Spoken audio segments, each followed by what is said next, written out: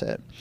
We are also working right now. Our Public Works team is working on a bid to contract out the removal of green waste that is out at curbs across the city. And we're working to get that expedited as quickly as possible. As you might imagine, with a storm of this scale, there is national level interest from companies who would like to come in and do that work. So it's good. We're going to have a lot of competition for that, but we want to get it expedited and get the work underway. We had visits today to our Emergency Operations Center from both Governor Stitt and Lieutenant Governor Pinnell. Our team in the Emergency Operations Center briefed them on the response to the storm to date and the concerns that we still see out there. I appreciate both of them taking the time to come by. For all, and I also, lastly, two more things to close. I again want to thank the team at the Muskogee Creek Nation that is helping us with ice today.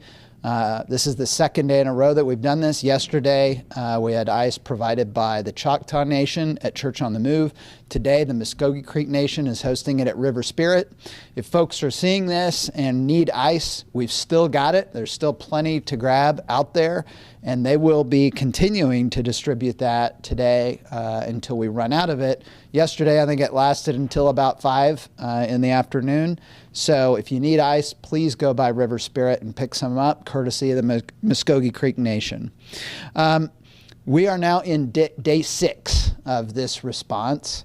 And I just want to say how grateful I am, one, for the way Tulsans have handled this.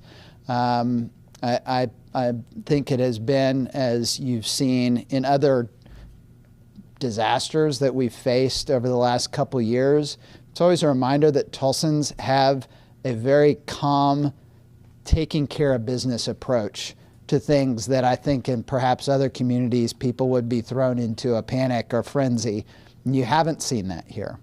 You haven't seen attempts at looting neighbors like I know the Tulsa Police Department has been concerned about. You haven't seen a breakdown in civil order without power and with heat and everything else.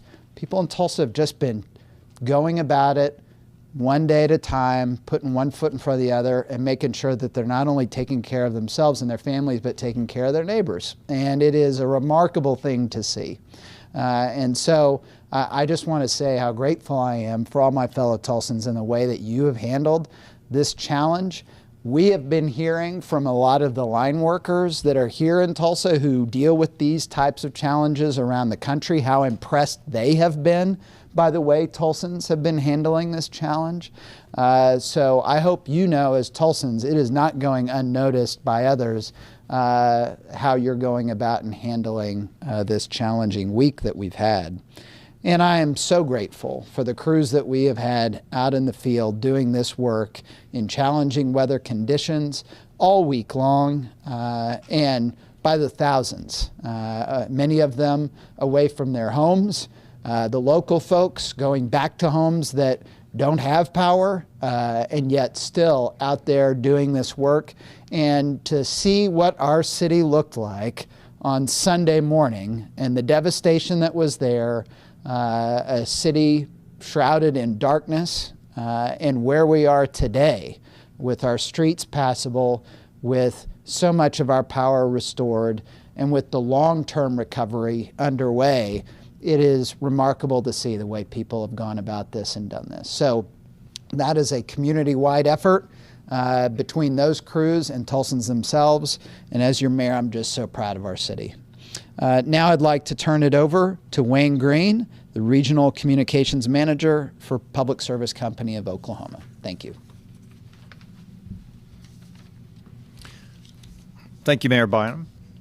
Last night, I told you that we had a little over 60,000 PSO customers who are still without power. Today, I've got good news for you. All 15 of the transmission lines that we've talked about that were injured, that were damaged in the storm, have been restored. All the transmission substations are now hot and working. And at this moment, we have a little over 30,000 PSO customers who are without power. So we reduced the number of customers who were without power by 1/2 in less than 24 hours. So far, 84% of those who lost power at the height of the storm have been restored. We're still making good progress today. It's interesting to point out that as of this morning, we had 990 individual outlets. That's a lot. 65% of those had less than 10 or fewer customers involved. I suppose that's good news in a way, but it's important to remember that the amount of effort and people required to restore one customer outage can sometimes be as great as the amount involved in restoring 1,000 customer outage. So 990 outages is still a daunting task in front of us. Nonetheless, we are on track to meet all of our estimated times of recovery for all of our customers who are able to receive power. And we'll continue on the task until everyone is restored. I want to echo the comments that the mayor made. Tulsa is a resilient, strong, and generous community. It's the social media comments that we've received, the cards, the signs posted in neighborhoods are very heartening and greatly appreciated. They reflect the generosity and patience of our customers. We know that for about 31,000 of our neighbors, this is still an ongoing crisis, and we want them to know that we are working in all areas of the city constantly to restore their power. And now it's time for Chief Michael Baker of the Tulsa Fire Department to speak. Good afternoon. Tulsa Fire Department responses remain steady, though high. And we are currently responding on a track since day one of over 300 responses per day, generally running in the 325 to 350 per day ranges. Normally for us is about 225 responses per day. Currently, the 1 o'clock to 2 o'clock hour was our busiest hour of the day, so things are definitely picking up. We've had a lot of continued responses to carbon monoxide calls. So in the last operational period, we ran 16 calls, which would have been from midnight last night. I just want to stress, if you have heard me say it